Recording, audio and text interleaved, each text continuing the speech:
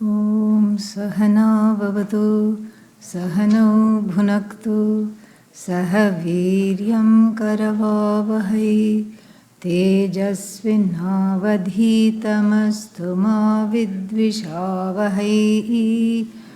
Om Shanti Shanti Shanti.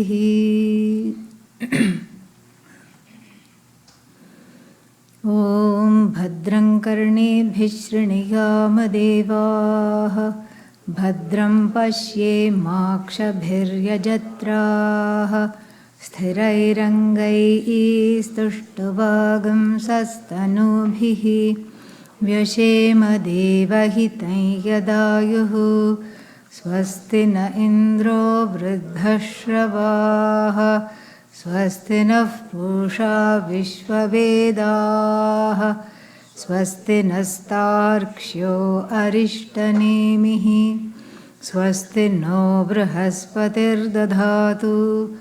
Om Shanti Shanti Shanti.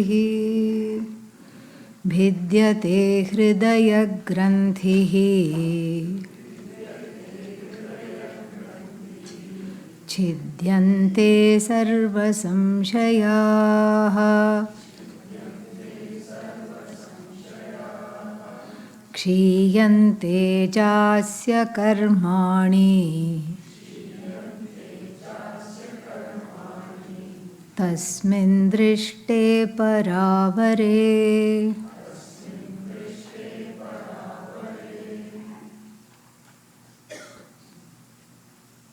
Avidya, also called Ajnanam, self-ignorance, is described here as a kind of a knot in the heart. And of course, this is not the real heart or the organ heart that one is talking about. Otherwise, that would be a diagnosis for some bypass surgery. That's not what is being talked about. You're talking of, when one says, I'm heartbroken, or that kind of a heart. The emotional heart, the spiritual heart, the metaphoric heart. Avidya is described as a knot in the heart. And why this Upanishad? Why does this Upanishad take this particular, way of describing Ajnanam? Because it's not really describing Ajnanam. Ajnanam is not something that can be described other than Avidya Karya. Karya means what? Effect.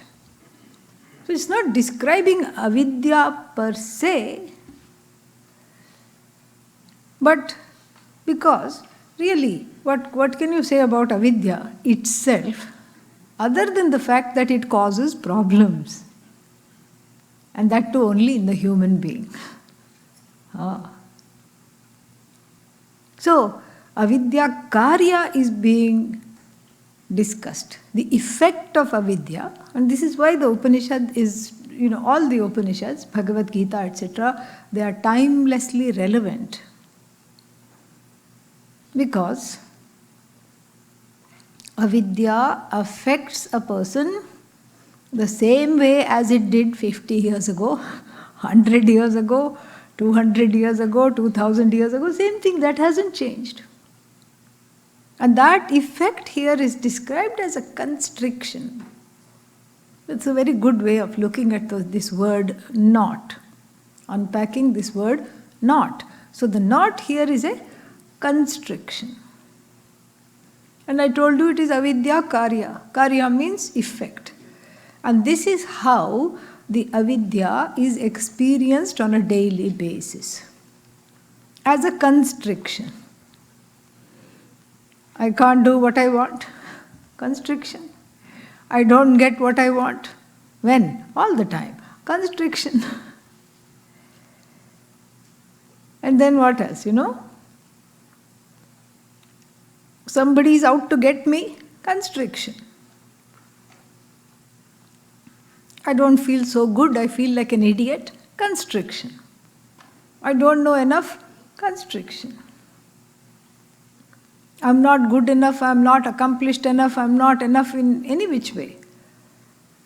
I'm not a good mother, good father, good spouse, good employer, good employee, good person, everything, constriction. That's how it is experienced. Avidya karya this is what it is.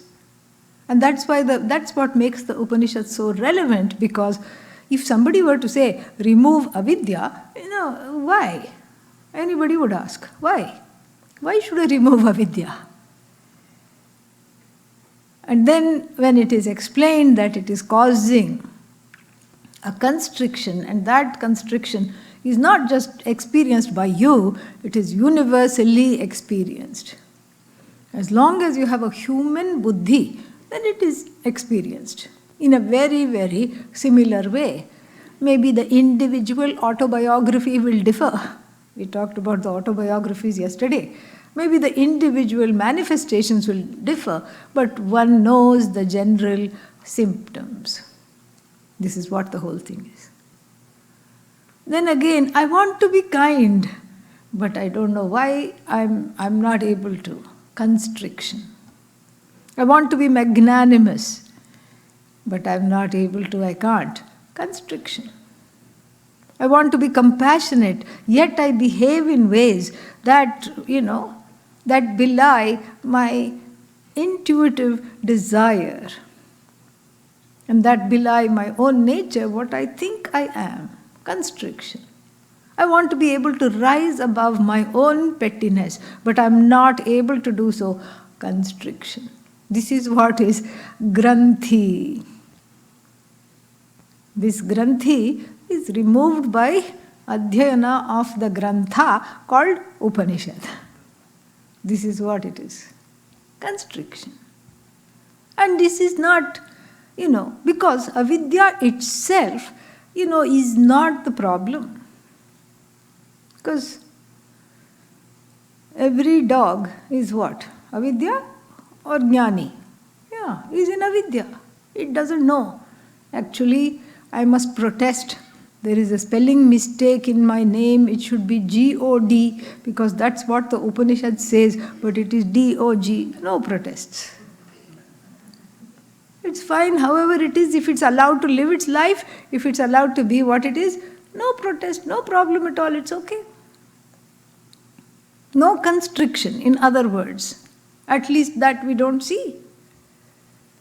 We don't see any kind of a granthi in the dog, because animals, dog, cat, etc., they do not have what is called, a total self-awareness, total consciousness of the self. Their self-awareness is enough to recognize other species than themselves. Their self-awareness is enough to recognize members of their own species for the purposes of propagation, reproduction, etc. But other than that, they do have some desire. Every dog wants another bone to bury. The difference is it does not bury, bones for its puppies and its puppies, and its puppies, etc. for 7 generations. It's not doing that. That's the difference. And if you look at the dog, there doesn't seem to be a judgment centered on itself. Otherwise, I'll tell you, every bulldog, the bulldog, what does it look like? Yeah. It will say, get me some anti-wrinkle cream. Yeah, because it's full of wrinkles. It doesn't care. It's okay. And no poodle will ever go for a walk. It will say, what have you done to me? You've given me some kind of a funny haircut. What do you think? You've pruned me like a tree. What do you think I am? Am I a cheerleader or what? Why cheerleader? Those built-in things are there. What are they called? Pom-poms. Yeah, pom-poms. So, but the poodle goes for a walk. Even on its tail is one small pom-pom. It still goes. It has no problem with itself, even though it has avidya. Therefore, that's why what is being discussed is not, not avidya itself, but how it specifically affects the human buddhi. Because unlike the dog, the human being has total and complete self-awareness. Free enough to judge oneself. Free enough to come to some judgment about others. And this is what the whole life is. This is the granthi. This is what is called avidya granthi. I'm sick of this judgment, the judgment of my own self and the judgment of others constantly. And it's constantly ricocheting, going back and forth. Half the time judging oneself, half the time judging others, and this is why it is called avidya granthihi. Hridaya granthihi, because it is deeply experienced and felt. This constriction does not allow one to lead a free life because, as we saw yesterday, one is busy trying to remove this constriction in whatever ways one can. Sometimes one tries to forget that the constriction exists. Sometimes one tries to overpower that constriction. Sometimes one tries to remove it through so many ways of trying to, distract oneself. Even coming to the spiritual life, one doesn't stop hunting. This is what the whole thing is. One is a hunter and gatherer. This is some samskara, caveman and cavewoman samskara. Hunting all the time. And even in the spiritual, one enters the spiritual realm, they're there also hunting for some kind of a experience. So one becomes an experience hunter. And that is why the Upanishad says, Vidyate hridaya granthihi. This is like a sutra, it's very packed, we have to unfold it. Vidyate hridaya granthihi means this constriction. For this constriction to go away, there has to be a quantum leap of many, many layers of understanding. And that is all that is conveyed in this small little phrase, Vidyate hridaya granthihi. Small little phrase. And what is being conveyed is the need to look into this avidya and choose Vidya as its antidote. The antidote of avidya is Vidya, because knowledge and ignorance are opposed to each other. We cannot make the mistake of saying that ignorance is lack of knowledge or absence of knowledge. That is not the meaning of ajnanam or avidya. Absence of knowledge means what? That means the knowledge had a beginning. These are the subtle, consequences of thinking that one is suffering from an absence of knowledge. If knowledge is absent, and then suddenly now it is present in the pages of the Upanishad or in the pramana called Upanishad, operated by a teacher, means of knowledge called the Upanishad, that means that knowledge was absent, then knowledge is present. So knowledge is born. Happy birthday, knowledge. We are in dire straits if knowledge is born, because then we have to say, if knowledge is present now and was absent earlier, what was there in place of knowledge? You're constrained to say ignorance. Okay? So what? That is the whole idea. We are getting this knowledge now and the ignorance goes away. But then if knowledge has birthday, happy or otherwise, it also has a what? End day. Jatasya hi dhruvo mrityuh.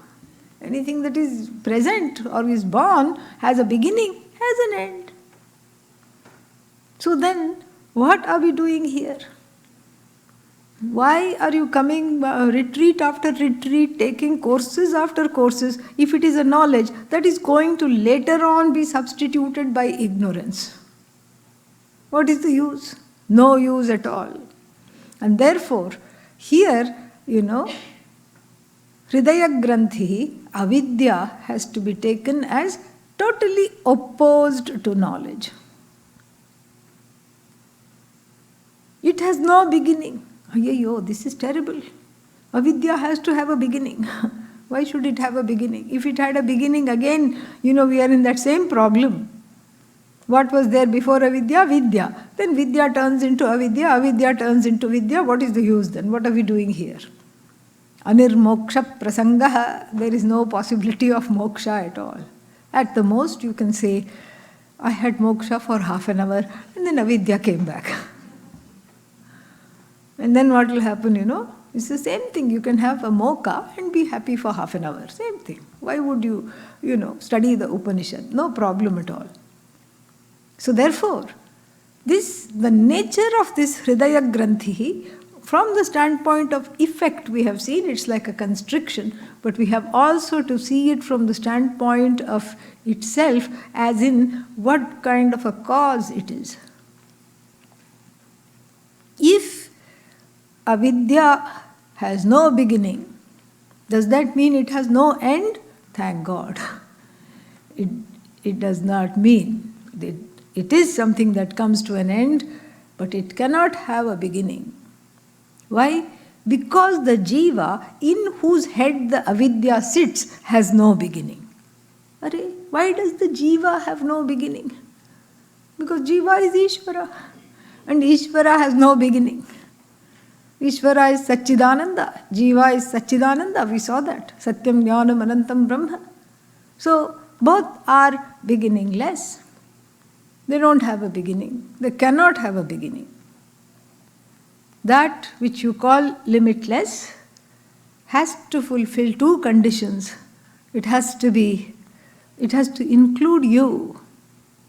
You cannot stand apart from the limitless and limitlessness and say, oh, what a nice limitlessness this is. It is no longer limitless. Why? Because you are outside of it. That's the first condition. The second condition is that, it should not be created. It should not be a product of something else. It should be uncreated, otherwise how can it be limitless? If it's created, then we have to ask by whom, and then it has again a beginning date, again a birth date. And then what? That means it was not there before that. Again, anantya hanihi. So there is no ananta, there is no ananda. Therefore, we say it is beginningless. Beginningless. Same thing with including you. It has to include you. You cannot be outside of it. You cannot be outside of the scheme of things whose truth is limitlessness. In fact, Arjuna tried. Where? In the 11th chapter of the Bhagavad Gita. He wanted to sit in the front row seat and then look at the whole cosmic form of the Lord. Please give me. And Bhagavan Krishna says, it's not even possible. Are you sure you want this? Yes, I really, really do want this. Please give it to me now. And he has to give him a special pair of glasses, because how to exclude himself? But Bhagavan, it's possible, so he did this. And then what happened to Arjuna? He heard a knocking sound and then realized it was his own knees. He was so frightened, more frightened than he was in the first chapter. He is in the 11th chapter.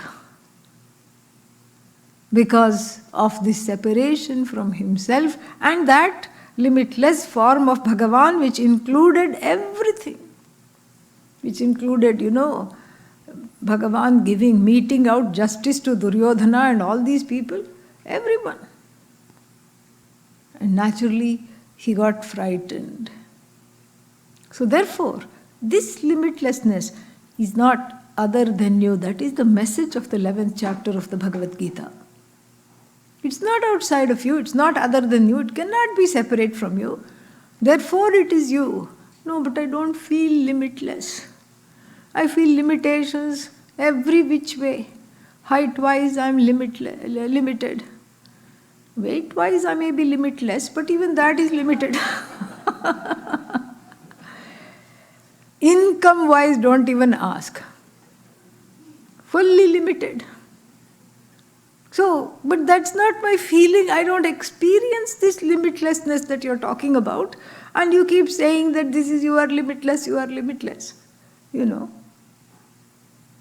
which is why this limitlessness is not something to be experienced as an object. Whatever you experience has a beginning and has an end. Whatever you experience. In fact, the word experience itself connotes finitude.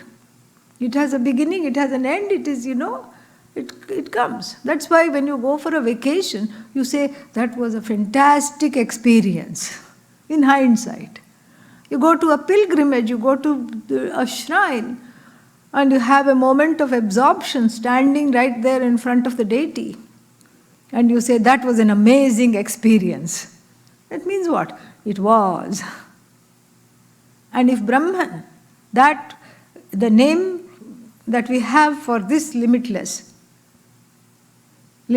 consciousness, this limitlessness, if this Brahman, if Bhagavan is an object of experience, again like the 11th chapter in the Bhagavad Gita, it will be finite. It will be finite. Therefore, there is not a special Brahman experience, like a rare, limited edition flavor of ice cream that has just been released. So you have to rush and get it. No, it cannot. So if it is a special experience, and if one is convinced that it's a special experience, then, one has to unlearn this right away. Necessarily one has to unlearn this, because this is where the granthi keeps reproducing itself. This is what happens. One is, like when you try to release a knot, even a simple slip knot, there are two pieces of thread, correct? One you pull, then what happens? Very easily it comes off. But you don't know which one is the correct one. You pull at the wrong one, what happens?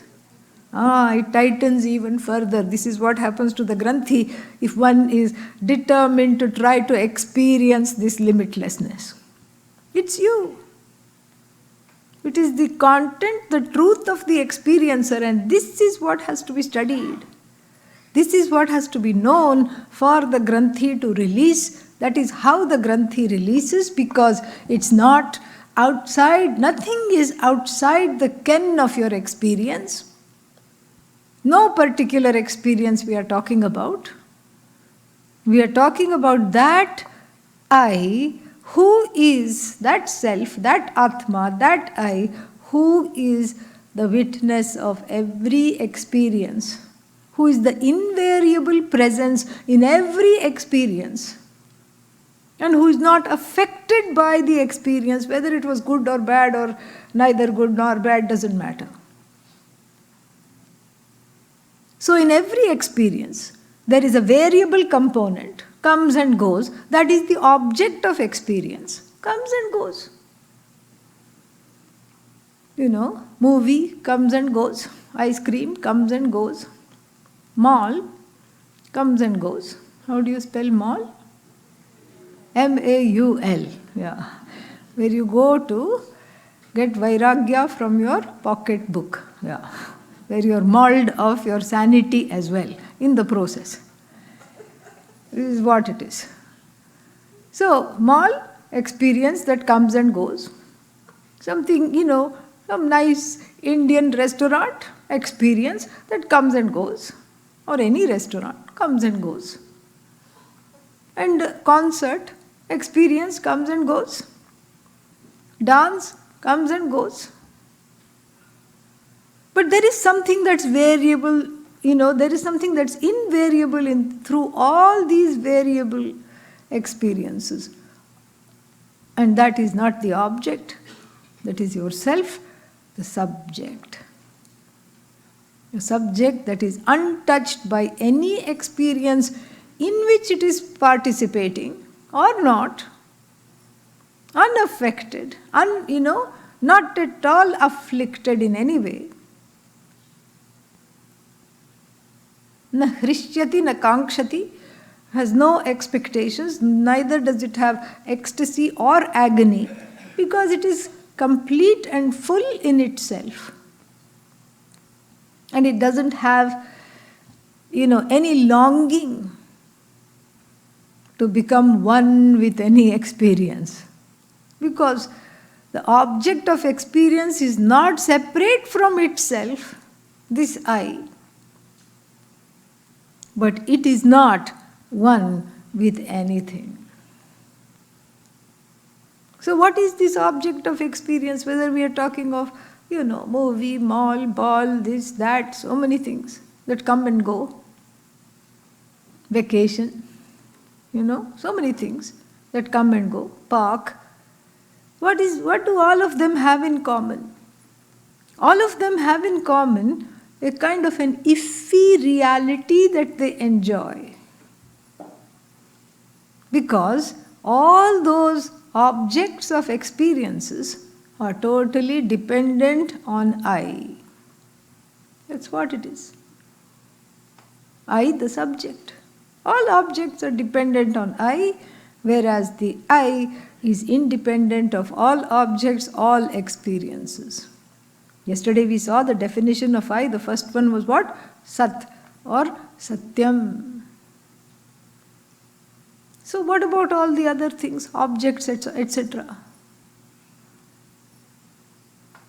Are they non-existent? Am I eating a non-existent meal and going to a non-existent movie and having non-existent fun and, are they totally non-existent? You cannot say that they are non-existent. Why? Anubhutatvat, because the sakshi, the witness, the I in the form of the witness of this experience is able to blog about it.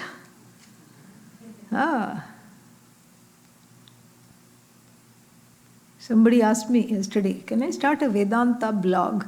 I said, sure. Go for it.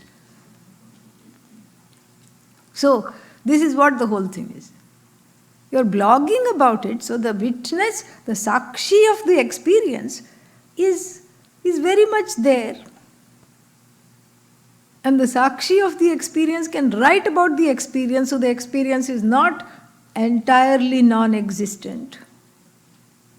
But you cannot say it is existent on its own either. You can't. Because if all those experiences are dependent on your karanas, karanas means of knowing. They are dependent on you. They are dependent on the eyes.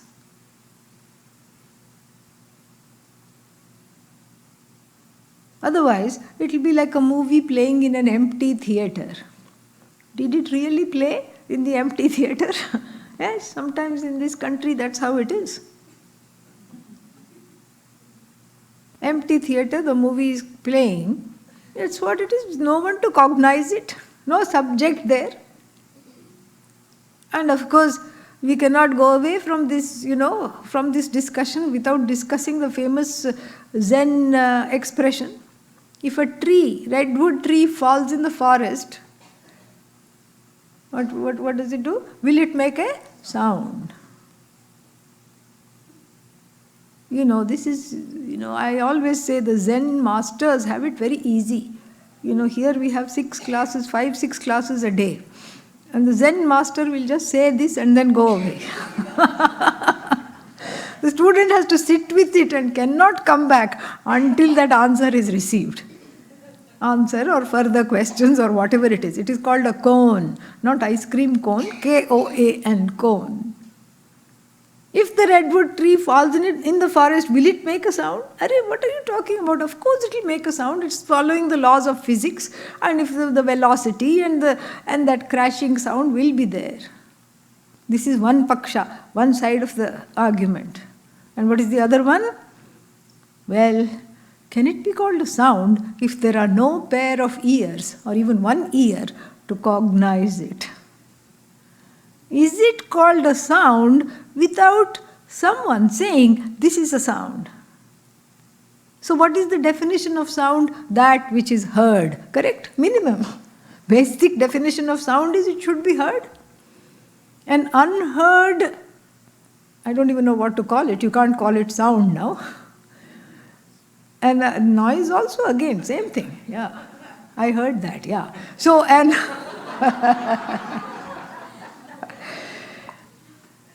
unheard tree falling in the forest, can it be called a sound? An unheard experience, here we can call it. An unheard experience of a tree falling in the forest, can it be called a sound without a cognizing pair of ears? And even the ears are not enough, really speaking. There should be the mind behind it. Because how many times has it happened that you are right there and you can hear perfectly, you're not having noise-cancelling headphones, and somebody calls you and you just don't hear them because you are really deeply in a reverie thinking about something else. So the mind has to be behind the ears. And then what? The ahankara, the I notion that owns up the ears has to be behind the, mind. This is my ears, this is my mind, I am cognizing the sound. And the ahankara also is dependent on Atma, I, in whose presence the ahankara comes to life, in whose presence the mind is blessed to think and cognize objects of experience, in whose presence the ear functions. Not just the ear of the ear. This Atma in the Kenopanishad is called what? Shrotrasya Shrotram. Very beautiful way of explaining this. Chakshushas Chakshuhu. Vachoha Vacham. Sa upranasya pranaha. Manaso manaha. And this is what it is. So therefore, all these experiences, all the objects of experience, and even the status of experiencer comes and goes, right? No, now you confused me. Just now you said experiencer is real, Sat. I said I is real, but here the I is wearing a mantle, a crown, called experiencer when there is something to experience. Thinker when there is something to think. You cannot say, I think, therefore I am. One Western philosopher tried. Yeah. What was his name? Descartes, yeah. But fortunately for him, he understood the mistake at the end of his life.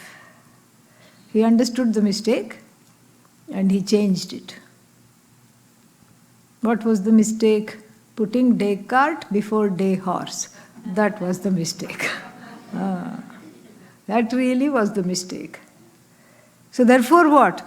So therefore this has to be understood properly. All objects of experiences do not enjoy the same status of reality as the one who is the truth of the experiencer. In Vedanta 101, this distinction is made. Tattva, Bodha, etc., all these beginning texts start with Dvauhi padarthau, two kinds of objects. What are they? Two kinds of things. Atma, anatmano. Atma, I, and everything else. Anatma, not I, not I, not I, not I, not I, not I. Every object, not I. Every experience, not I. Neighbor, not I. Body, not I. Mind, not I. And then what? Later on, in the beginning, this distinction is crucial. For this is the way to tackle the granthi.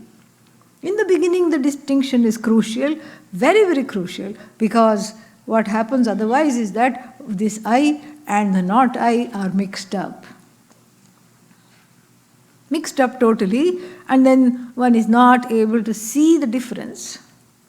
And therefore, one has to make this distinction, to delineate the I from the not I is the beginning step. But we can't stop there. Otherwise there will be two things. We cannot say Advaita. There will be Dvaita. How many things are there now? I and not I.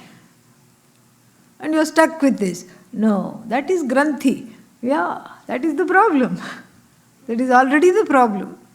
Here the delineation is just made for the sake of analysis, vichara, inquiry.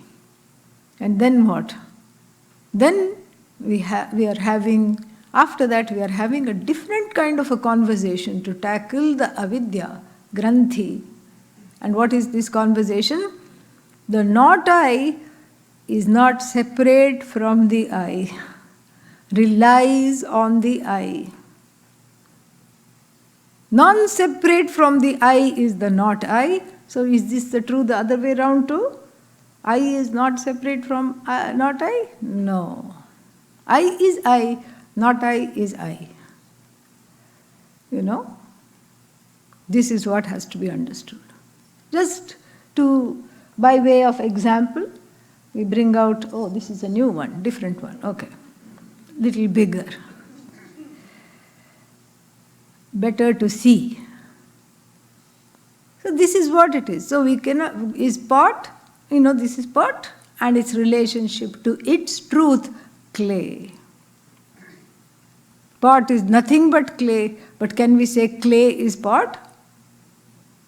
Show some signs of life, please. Yeah, no. Why can't we say clay is pot? Because clay can manifest in so many ways. It can be a lid, it can be a jug, sharava, it can be a Krishna figurine, it can be so many things. It need not be just a pot. Clay is free to, as though, lend its presence to many, many forms without undergoing any change in itself. This is the beauty. This is the beauty of our Shastra, because this is what Shvetaketu is told in the Chandogya Upanishad. Ekena mrinmayena sarvam mrinmayam. Ekena mrit pindena sarvam mrinmayam vijñātam iva bhavet bhavati. You don't have to do a PhD on every pot. Only one pot? Not even one pot. Just look at the nature of clay. One lump of clay, by knowing, Uddalaka tells his son Shvetu, the whole clay world is as good as known. You can recognize the lid as clay, you can recognize another pot as clay, you can recognize the jug as clay, and if any other clay sculpture is made, you can recognize that also as clay. And of course this is even better illustrated with gold and ornament. 1,000,000 ornaments, one gold. From this 1 ton gold, let us say 1,000,000 ornaments are made, each thing is gold. This is what has to be understood. Then, if this is understood, is this pot non-existent? I'm waiting for an answer. No. Is this pot existent on its own? No. This is where we have to understand properly. This pot is what? Mithya. The word that is used in Sanskrit to describe this funny reality, an empirical reality, which is right in the middle of existent and non-existent, which cannot be categorically said to exist on its own, which cannot be categorically dismissed as non-existent. This is what is Mithya. That is the first definition of Mithya. Sad, Asat. Sad means existent. Asat, non-existent. Sad, Asadbhyam, in between existent and non-existent, Anirvachyam, that which is hanging, that which cannot be categorically said to exist or categorically dismissed as non-existent. Another definition. And what is the other definition? Adhishthana ananyat. Not separate from its source, its reality. The pot cannot exist without clay. Correct? Yeah. If you don't agree with that, I'll invite you to come here. Please take the pot, leave me the clay. Yeah. If you think pot has a separate existence. This is what is called, it's impossible to do. Leave me the gold, take the ornament. You can't oblige. Pot is clay. Clay is not pot. Anatma is Atma. Atma is not Anatma. Atma adhishthana. Again, it has no, many things cannot be translated. Adhishthana means the source. And everything else, every object of experience is as though overlaid upon the Atma, non-separate from the Atma. And every means of experience, eyes, ears, sight, everything, again Mithya, dependent upon the Atma. Experiencer, the Ahankara, wearing a mantle, aha, this is so wonderful. This is very, very nice. Either you say aha or you say swaha, depending on what is going on. If it is something to ingest. And that also is what? An ahankara here is as though an expression or an overlay upon this Atma, free of experiencer, free of experienced, free of means of experience. Oh, so means of experience is not Atma, means of experience is Atma. Eyes, ears, any of the jnanendriyas, Atma alone. Atma is not any means of experience. So experiencer is not Atma, experiencer is Atma. Atma is not experiencer. Object of experience is not Atma. Object of experience is definitely Atma. Atma is not any object of experience. This is what has to be understood without a trace of doubt, vagueness, or error for the granthi to go. This is what is called, vidyate hridaya granthi. Because naturally understanding this, has to have the consequence of living as one is supposed to, freely. Where even the body, the mind, the senses are a plus. The body is a plus because I can walk, I can sit, I can eat, I can drink, I can enjoy this jagat. Mind is a plus because finally it has stopped complaining in the wake of this knowledge. I can enjoy the mind and that is supposed to think, come to conclusions, buddhi, express emotions, chittam, etc. So everything is a plus. Experience is a plus, experiencer a plus because I am that Atma, free of being either experiencer or experienced, either, any of those things. No divisions at all. It's like an ocean with many waves, supporting many waves at the same time. Wave number 1, is it ocean or not? Yes, it's non-separate from the ocean. Wave number 2, non-separate from the ocean. Wave number 3, non-separate from the ocean. Ocean, wave is ocean. Ocean is not wave. Ocean is not wave. Ocean is ocean, wave is ocean. Anatma is Atma, and then what? Atma is Atma. Don't say Anatma. Yeah. If anybody said Anatma, see me after class. So, this is what is called Vidyate Hridaya Granthi. When I am able to let this sink in, with the help of a committed pursuit of this knowledge. Not, kabhi kabhi. There's even one song, kabhi kabhi, mere dil mein Vedant ka khayal aata hai, nahi chalega. Yes. Ye nahi chalega. This will not work.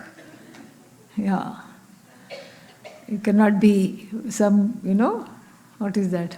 Aya Ram, Gaya Ram. Yeah. This is what the whole thing is. One has to be soaking in this knowledge, like gulab jamun. Yeah. Every gulab jamun is like a jiva frying in the hot oil of samsara. Trahimam, pahimam, ayayo. I'm being burnt to a crisp. And the slotted spoon is like the Guru's grace. Guru takes it out of the oil and puts it into the sweet syrup of the Upanishad. That is what it is. Sweet and fragrant. Thick, sweet and fragrant with, what is that? Those orange things. Saffron, thank you, kesar. And cardamom. Fragrant, sweet, completely sweet, not a lesha, not a residue of pain, sorrow, nothing. And this bland jivik gulab jamun, jivik, is that a word? Well, if Vedic is a word, then jivik should also be a word. And this thing, which has just come from this, all this, save me, help me. And suddenly, nothing to complain about. This must be a long course, a 3-year course, because I'm soaking in this sweetness. Soaking. And in the beginning, the gulab, you just look at a dish or a pan full of the newly immersed gulab jamuns. They will not be, restful. They're restless. They're bobbing up and down. Yeah. Because they feel like, okay, what is this not going to come? The sweetness is sweetness. Yeah, been there, done that. Okay. I'm out. I want to go somewhere. I want to do this. Maybe every hot oil is not the same experience. I want to go into a different thing of hot oil and see for myself. Yeah. Or maybe it will crane its neck outside the pan. This newly immersing gulab jamun. And then try to see if there is any other kind of syrup that might be better than this. If the gulab jamun had a human mind, okay? Yeah. And then what? Then the lady of the house puts a lid on it. So no view, nothing. Have to stay there. Yes. Then what? Then it just sinks into the knowledge. In fact, the next morning, when it is ready, it has soaked in it enough. You cannot tell the gulab jamun apart from the sugar syrup. It's not that the top of the jamun is sweet or the bottom is sweet or in between it is sweet. It is sweet all over. And therefore, if one is serious about removing avidya granthi, this is what it takes. A committed exposure for a length of time. Chidyante sarva samshayaha. Samshaya is doubt. Because this is not a belief-based tradition. You are Brahman. Yes, thank you. Oh, really? You got it so fast? No, but I believe you. This is not a belief-based tradition. That's why there are these entities in every analysis of the Shastra called Purva Pakshi. Somebody asked me, Purva Pakshi, does that mean it's an eastward flying bird? No, it's an opponent. It's an opponent. And who are these opponents? That Adi Shankara and all the commentators engage with. They present their arguments and they biff those arguments and defend Vedanta in front of these supposedly, imaginary arguments, although, they're not entirely imaginary. They belong to they come from the wrong thinking in those contemporary times, in the Shankaracharya's time. And right now also there are so many Purva Pakshis based on wrong thinking in our time also. But those Purva Pakshis are few. Most of them are sitting in the head, in one's own head. Because some of those doubts don't even come out during satsang, question and answer. They don't come out. And so therefore, they have to be, exorcised. Chidyante sarva samshayaha, meaning in the beginning there is lots of doubts. And those doubts have to be handled. Those doubts have to be talked about. Those doubts have to be dealt with, taken out for the knowledge to be free of any kind of a doubt. So what kinds of doubts are there? Is this the only way? And this happens especially, when one is away from the home country and is an immigrant in some land, in this country or elsewhere. One is bereft of spiritual immersion. So any person coming into town, any spiritual leader coming into town, one goes to hear naturally because one is curious, one has jignasa, one has the desire to learn. And then what? After 2 or 3 of them come, and each one brings in their various beliefs, their various vocabulary, even though they may be saying the same thing or similar things. Vocabulary is different, many things are different, and then one is confused. For moksha, should I catch the nose or should I catch the toes? One question. How should I, what is the method? Why should there only through jnanam, jnanan moksha, jnanadeva moksha? Why do you say that? Why not I intuit out? Intuit it out. Somebody asked me this. I said, how are you going to do that?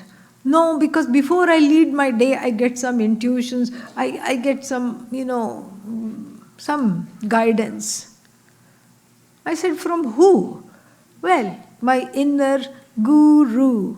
So, why can't the inner guru teach me? I said, what will this inner guru teach? No, the same way I get guidance. I said, what kind of guidance? Well, I know that I shouldn't be doing this. I said, that's good. If you know you shouldn't be doing this, that's good. That guidance everybody gets. One wakes up and understands, okay, this is not the correct day to be handling something because I'm not, accounts, for example, because I'm not feeling very sharp, and so I leave it for another day. This is not the correct time to be doing this because I'm tired. Everybody knows this. I said, how is this different? And she was a little bit flabbergasted. She didn't know how to understand.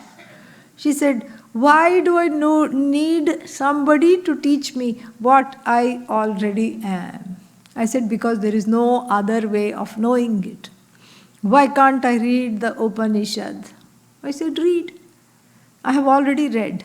I said, has anything changed? No. I said, okay. Nothing has changed. Then, you have to be asking these questions. You have to be asking these questions. Why can't I do this? Because you see, the human being wants freedom so badly, and that freedom is misunderstood to mean choices. One is very happy if one has many, many choices. But those choices are a spoof, really. What choices? No, but I like to have so many restaurants to choose from. Each restaurant is serving the same thing, really. There is some, we will only talk about vegetarian restaurants, okay? Yeah, because that's all I know. And each thing there will be some kind of grain, there will be some kinds of vegetables, and they will be prepared in different ways. What else is there? Nothing else is there. Each thing is the same thing. And so this, this has to be seen.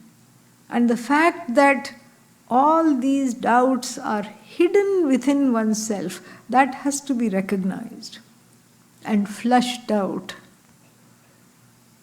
So one doubt is, why should it be the same way? Why can't I have some elbow room? Moksha through this, moksha through that. Catch the nose, pranayama. Catch the toes, if you can find them. Yoga, yeah. Yoga, pranayama, meditation, this, why can't, and then this is my favorite one. Why can't Bhagavan come and give it to me directly? Why do I need you, Bhagavan should come directly. We've all heard the story of that, that Krishna's devotee who did not, who refused offer of several boats leaving the village during the terrible flood.